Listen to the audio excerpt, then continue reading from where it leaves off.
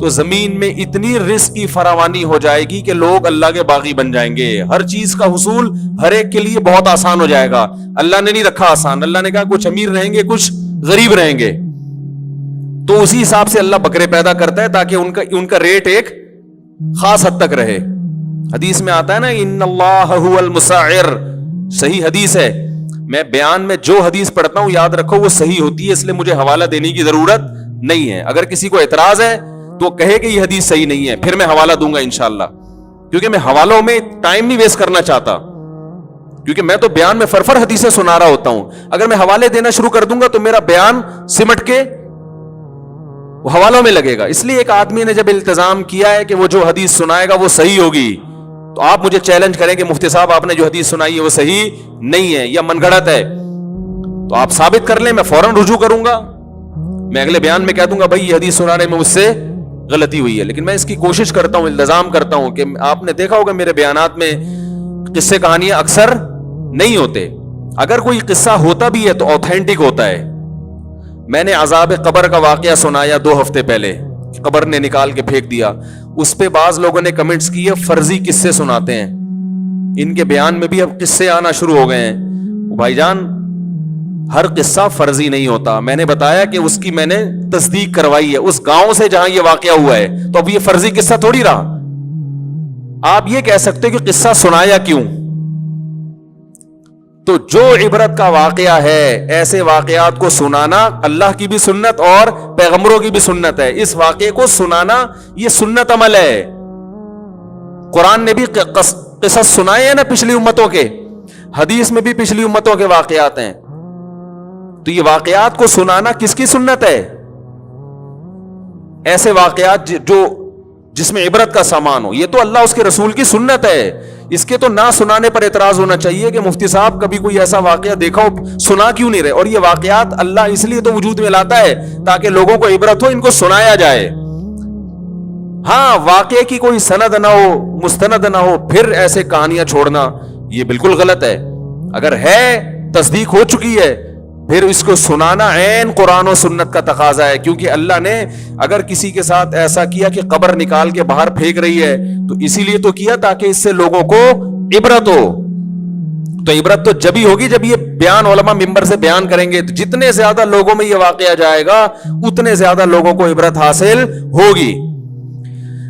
بہت مشکل ہو گیا بھائی آج کے زمانے میں بات کرنا. میرا گلا بھی بیٹھا ہوا ہے 1 ہفتے سے, پھر بھی پھوڑتا ہی جا رہا ہوں, بولتا ہی جا رہا ہوں. تو کیا بات چل رہی تھی؟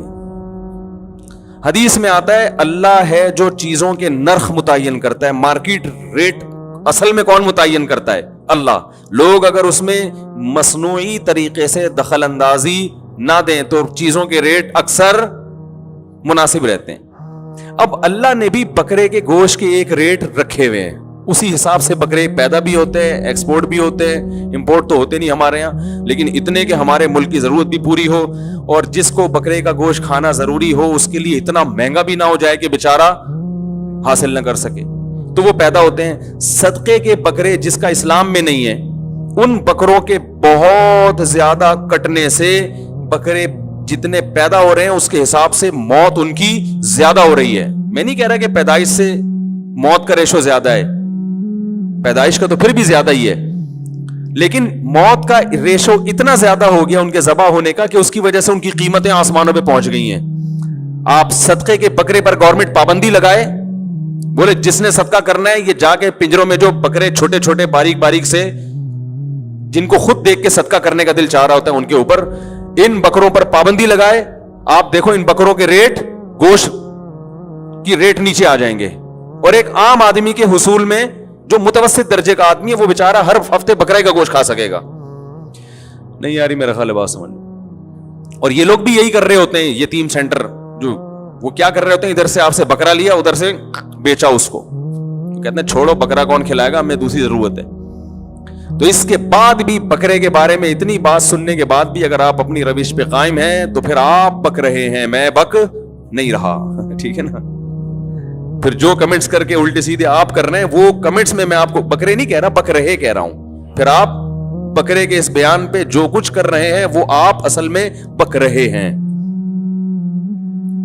معذرت کے ساتھ وہ قافیہ ملانے کے لیے ایسے نازیبہ الفاظ میں نے استعمال کیے، لیکن مطلب یہ کہ آپ کی بات لاجک کے حساب سے درست نہیں ہے. صرف بقرعید کے 3 دنوں میں جانور کاٹنا سنت ہے، اس میں بکرا کاٹیں، گائے کاٹیں.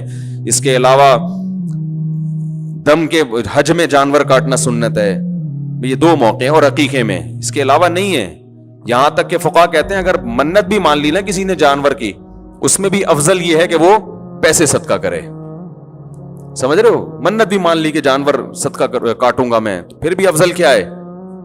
پیسے صدقہ کرے. وہ منت تو واجب ہوتی ہے حالانکہ، اس لیے کہ بکرا کاٹنا بذات خود کی عبادت.